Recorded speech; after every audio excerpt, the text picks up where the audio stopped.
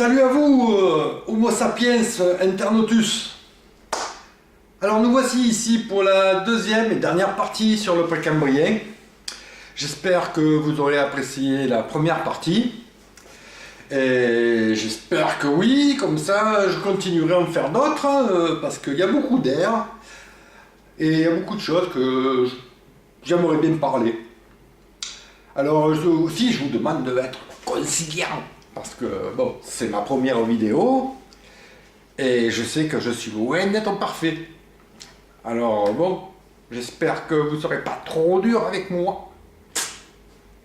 C'est parti. Alors, ces bactéries minuscules, mauvaise bête de merde là. Ah oui, c'est vrai que une chose, ces bestioles là, ça a un nom bien précis. Ce sont des cellules prokaryotes. Ce sont des cellules qui n'ont pas de noyau. Je vous l'avais déjà dit tout à l'heure. Celles qui ont des noyaux vont arriver après. Et dans ces bactéries, il y a celles qu'on appelle des cyanobactéries. Alors les cyanobactéries, c'était les costauds de leur époque. Enfin, tout au moins, elles réfléchissaient peut-être. En attendant, une chose est sûre, c'est que ce sont elles qui ont développé, eh oui, la photosynthèse. C'est-à-dire qu'avant que ça devienne des arbres qui absorbent du gaz carbonique pour relâcher de l'oxygène, c'était ces vilaines bestioles, pas plus grosses que l'oreille, c'est tout petit. C'est microscopique, évidemment. Eh bien oui, messieurs, dames, autour de cette foutue cheminée là, elles se sont mis là, elles ont commencé à s'agglutiner, et puis elles ont commencé à faire de la photosynthèse. Donc, séquence de l'oxygène dans l'eau. Alors, n'oubliez pas, hein, toujours pareil, des millions d'années. Donc des millions d'années, même si elles sont minuscules, ces bestioles, ça en fait de l'oxygène qui est balancé dans les océans. Parce qu'au même titre que toi, tu manges un steak et après tu t'en vas faire un tour aux toilettes, bon, mais ces bestioles, elles absorbent le gaz carbonique et elles vont aux toilettes. Et à chaque fois qu'elles vont aux toilettes, un peu d'oxygène. Et ça va durer, non, c'est pas des millions d'années là. Des milliards d'années. Ouais, 3 pour être exact. Ouais, 3 milliards d'années. Jusqu'à la fin du précambrien. Eh oui. Petite mais bosseuse, elle, et ça va. Les cyanobactéries vont se regrouper et vont former ce que nous appelons des stromatolites. Et donc, elles vont faire de l'oxygène. Mais ce que je ne vous ai pas encore dit, c'est que pour faire de l'oxygène, c'est pas juste des cellules, parce qu'ils nous disent de se regrouper. Mais à force de se regrouper, vous savez à quoi ça donnait lieu? Eh bien, je vous donne en mille. Si vous en voyez un, là, vous croiriez que c'est un gros rocher. Ouais, un gros champignon. De pierre. Mais non, non. Ce sont des foutues cyanobactéries qui se sont regroupées, qui ont fait leur vie, elles ont crevé, et une nouvelle génération est arrivée, s'est collée par-dessus, et a recommencé. Et ça pendant des millions, et bon, après 3 milliards d'années. Conclusion au bout du compte, on s'est retrouvé avec des espèces d'amalgames de cyanobactéries qui ressemblent à des rochers. Maintenant, tout au moins, j'imagine qu'à l'époque, ça devait plus ressembler à du corail, comme ça, ma foi. Et ça a balancé de l'oxygène pendant 3 milliards d'années.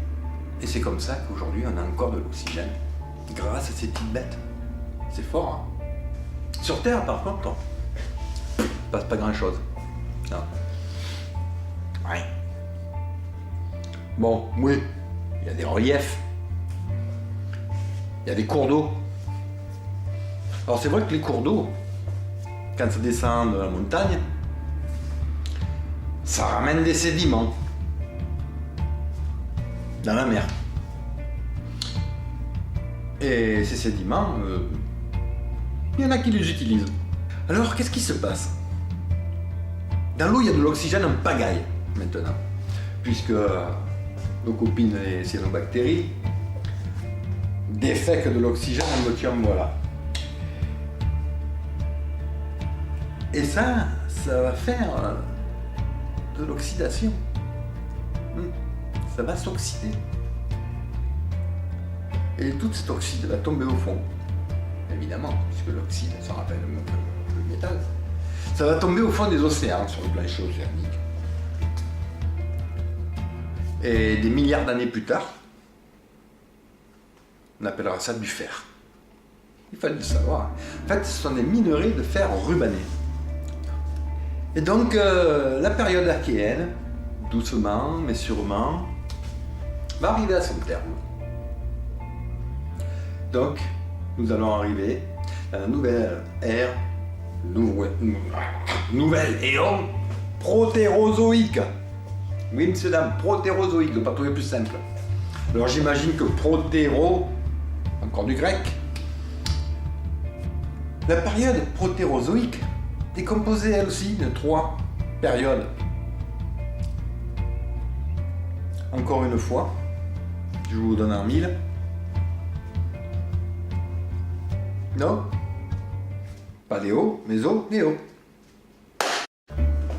Et là,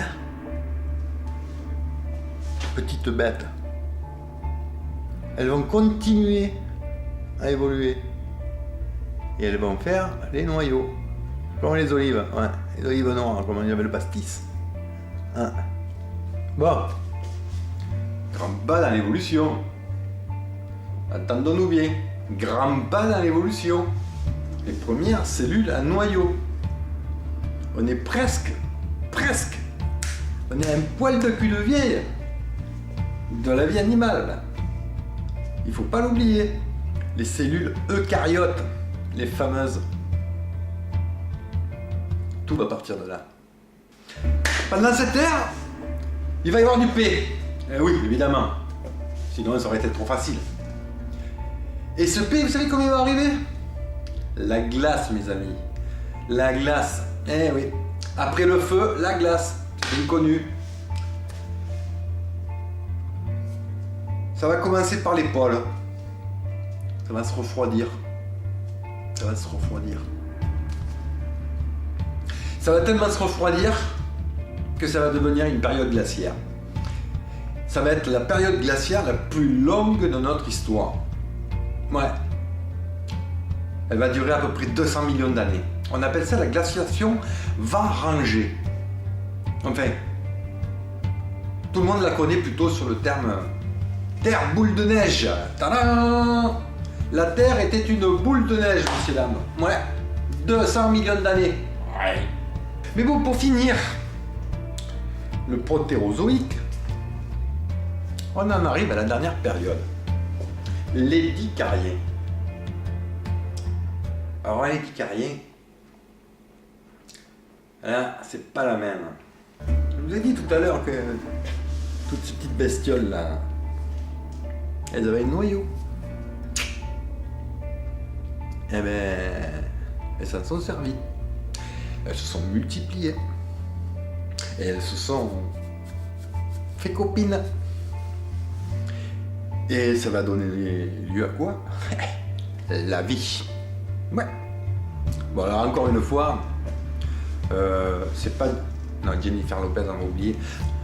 On va avoir des animaux qu'on va plutôt appeler des proto-animaux. Bon, il faut dire, c'est quoi? C'est juste des amas de cellules qui se combinent pour travailler pour le bien commun.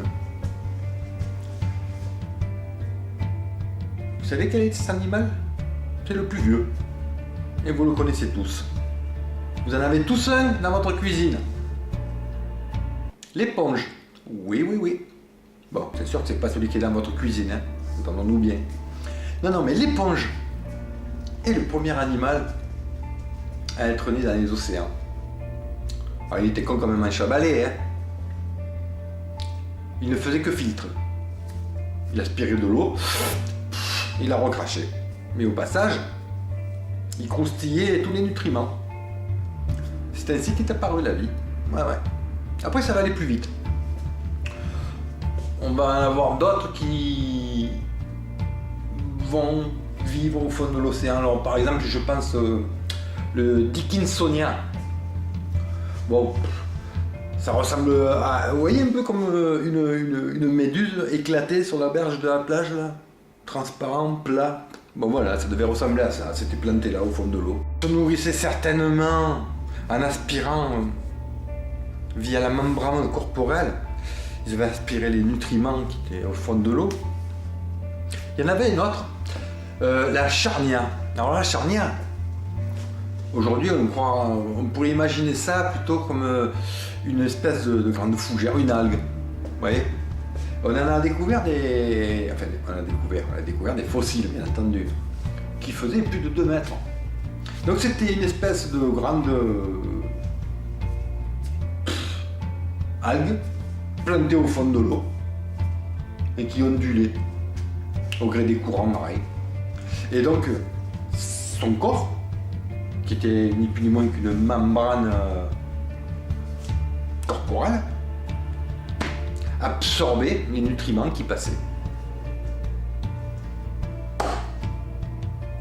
La vie était là. Et elle était loin de s'arrêter. Mais bon, ça,